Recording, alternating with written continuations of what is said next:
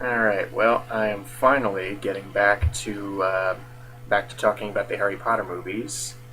This time with Harry Potter and the Chamber of Secrets, the second Chris Columbus directed Harry Potter movie and the last. And in a lot of ways, actually, this really marks the end of a phase for the Harry Potter movies. In that the two Chris Columbus movies were very faithful to the books, both in tone and in plot structure. In fact, they were faithful in a lot more than that. And some people actually saw that as a fault, like they didn't really take enough risks. Um, and and at times they actually followed the books too closely, and to the point where it became kind of a detriment to the uninitiated. I can't really argue with that because these movies occasionally do feel padded. They do feel at times it seems like they can have some pacing issues, but with that aside, Harry Potter and the Chamber of Secrets, the movie, I like almost as much as the first one. I mean, if you're just looking for my general opinion on the series, the first one is still my favorite because it really served as a great introduction to this world, in my opinion. The second one, I did really like. I still do really like, but it really starts to dawn on me in watching this that if these movies had continued with the same director throughout all eight of them, then there there would have really been very little very little in the way of deviation, probably, because it seems like they're almost afraid, and this could just be because it's the first two movies and they don't really know how far they can venture outside of the source material. But it seems to me that like they're afraid to deviate much, if at all, from from the books, in terms of characters, in terms of structure, in terms of tone, in terms of anything. But it dawns on me that maybe that's not such a bad thing, at least not for the second outing, because if this is darker than the first one, it's not by much. And and you know what? It's actually pretty fitting, in my opinion, that these movies do not get so unmercifully dark right away. I mean, it's nice that they're kind of transitioning slowly. At least this movie would have you believe that they are transitioning slowly to where it eventually gets to in terms of the really dark tone of the later books. So yeah, this movie this movie I like a lot of the same stuff that I liked in the first movie, and at the same time I can tell that this one harbors some of the same problems of the first movie. But the three kids are actually better this time around. Daniel Radcliffe, Rupert Grint, and Emma Watson are still very good as these characters. You still really like seeing them carry the movie. They still have a lot of great chemistry with each other, and yeah, their performances, like I said, are better. They just feel more natural. It seems like they fit the characters a lot more. Whereas the first one, they really did serve as much of an introduction to the first one really did serve as much an introduction to these actors as the characters as it did an introduction to this world. So in that way, it's kind of like the new Star Trek movies, where the first Star Trek movie, the 2009 one, it was more okay. I am watching these actors kind of trying to hit their stride, trying to portray these well-established characters. And once Star Trek Into Darkness rolled around, then I was like, okay, I these characters, I can look on these characters as just characters and not imitations of characters. So that's very much the case here with these kid actors. So yeah, Richard Harris is still fantastic as Professor Dumbledore, although unfortunately this was his last hurrah, because he unfortunately passed away before production could begin on the third movie. But if it's any consolation, it's not like he went out with a fizzle. He went out with as much dignity as a great actor like him would be expected. So yeah, I still really love Richard Harris as Albus Dumbledore. He still possesses that really kindly demeanor with just a sparkle of mischief about him. I hope that's not too vague, but just a glint of mischief in his eye. That really goes a long way in cementing how much I like this casting choice.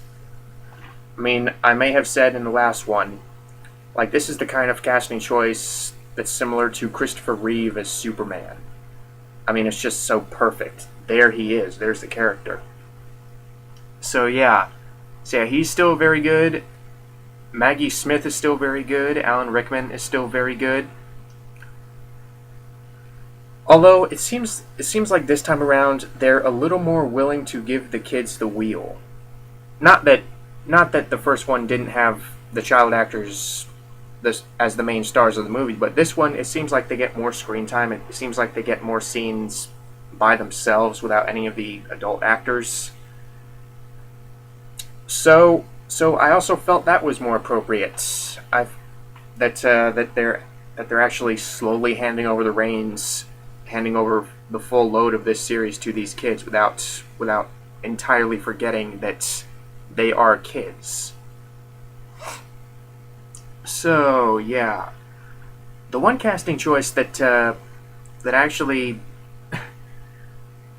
had me a little confused at one point was Kenneth Branagh as Gilderoy Lockhart. And this is by no means a dignified character. This is essentially kind of like Johnny Bravo. I mean, he's essentially a fraud. He poses as this great unbeatable wizard, but really he just like I said, he's a fraud. He took credit for all these great deeds. And Kenneth Branagh, he plays it fairly comedically.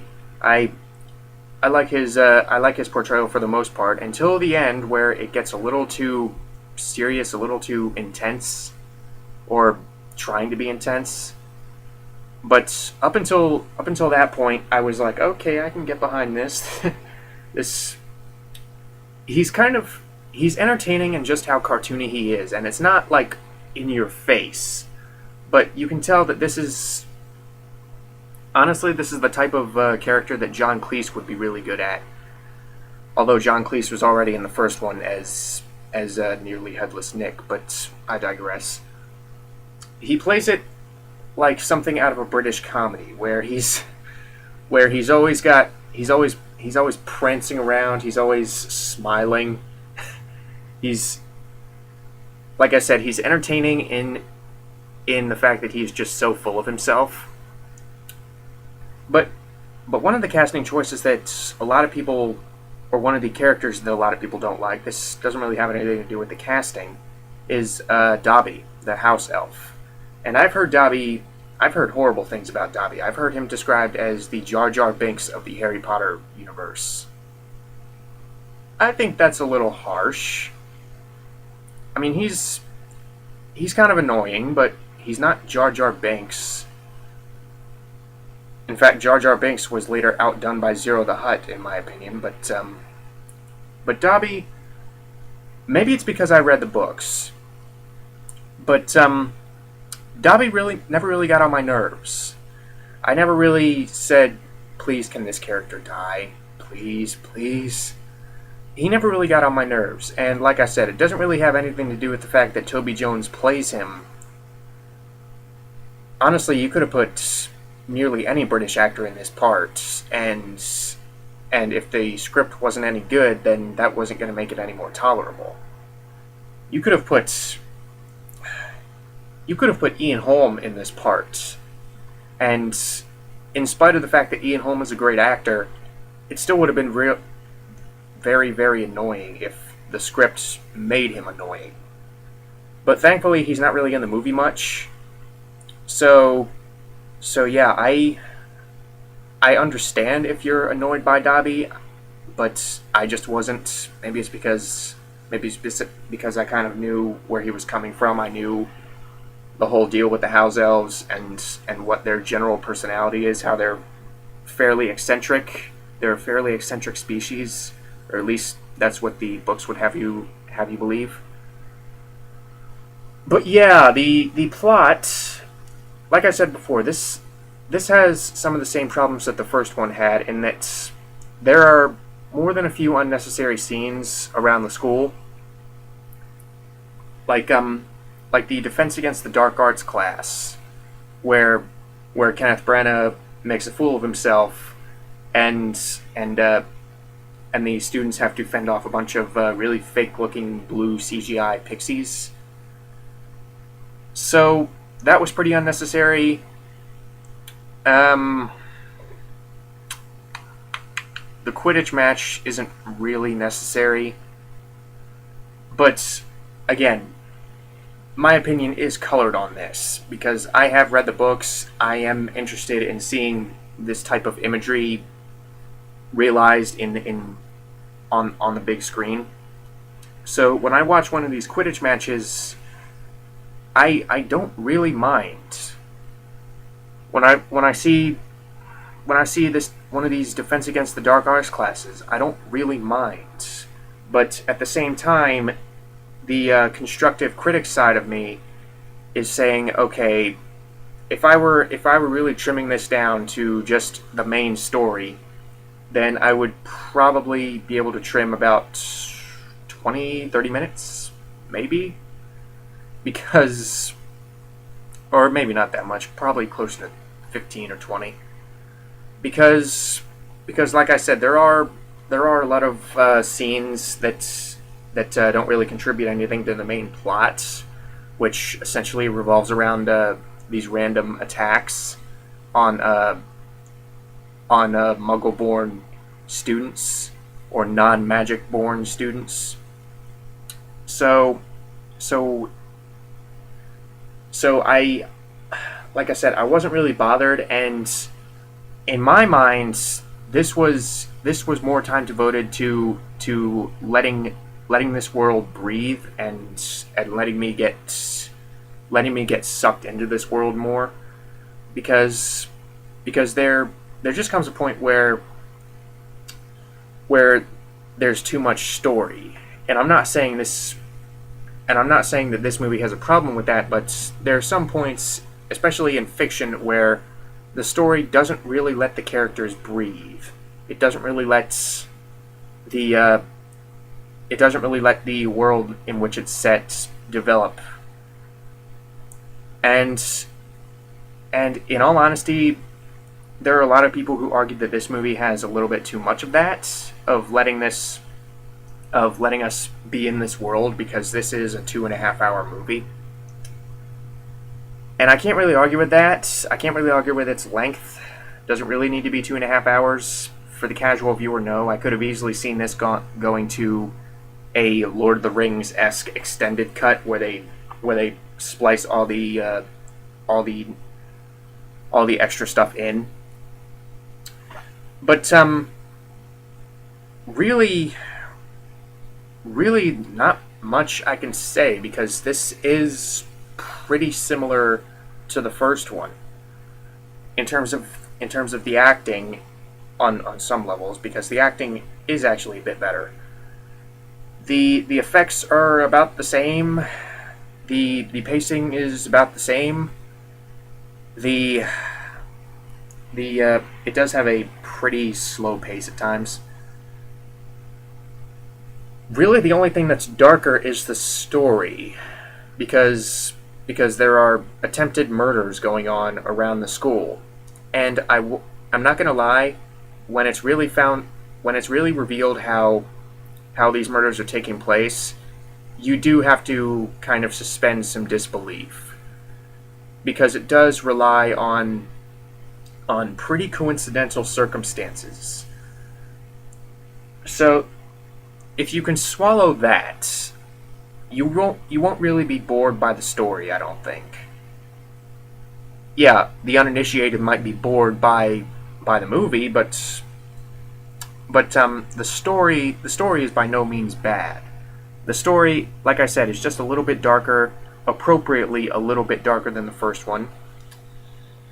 And yeah, I really I'm struggling to come up with things to say about this one. But I will say that everything that was good in the first one is still good. Whatever problems the first one had are pretty much still present here, although it is a little darker. That's basically that's basically what it is, because the acting is still good. The the effects, some of the effects haven't really aged that well in the 12 years that since this has been released. Some of the effects haven't really aged that well, but but this world is still, in my opinion, very fun to live in. It's very creative. The story is fairly interesting. It's structured in a very competent way. I hope I'm not underselling this movie, because this is a very good movie, but it's not quite as good as the first one, in my opinion, because it is, like I've been saying, it is kind of more of the same. Now, that's not bad, but for a sequel, I think we want to see a little more risk taking, a little more. I think we want to see it go a little farther than it did, and that's really the biggest problem, I think, with this movie, is that it doesn't really take enough chances. It still plays it a little bit too safe to really appeal to anyone outside of its target demographic. Thankfully, its target demographic is huge. But if this was an adaptation of a fairly obscure novel, of a fairly obscure fantasy novel, then I don't really see as many people having. I don't really think it would go over as well if the fan base was not as large as it was. I think there would be more criticisms of this in the way of it does. It's the same thing. It's just the first one over again. Not really in terms of story, but basically in terms of everything else. The characters are the same. The pacing is the same. The setting is the same. And I think that's one of the biggest things. That's one of the most difficult things about this series, is that the setting is basically the same for most of the books. I mean, 6 out of the 7 books are set in this castle. So you really have to have some variation. You really have to pull some tricks off in order to still keep that fresh. And obviously they did. Considering that this is now one of the highest grossing movie franchises of all time, and it has gotten very good reviews all across the board to boot. Like I said, this is by no means a bad movie. This is by no means a poorly directed movie. This is by no means a poorly written movie. It's not poorly acted or anything. It's just like the first one. It's just like the first one. Or not just like the first one. Really, the only main difference between this and the first one is the story and the fact that the acting is better. But yeah, that's about all I got. I'm sorry I couldn't really be more helpful. But yeah, that's Harry Potter and the Chamber of Secrets. And the next one, if I remember correctly, is a huge departure. let's get ready for the Prisoner of Azkaban.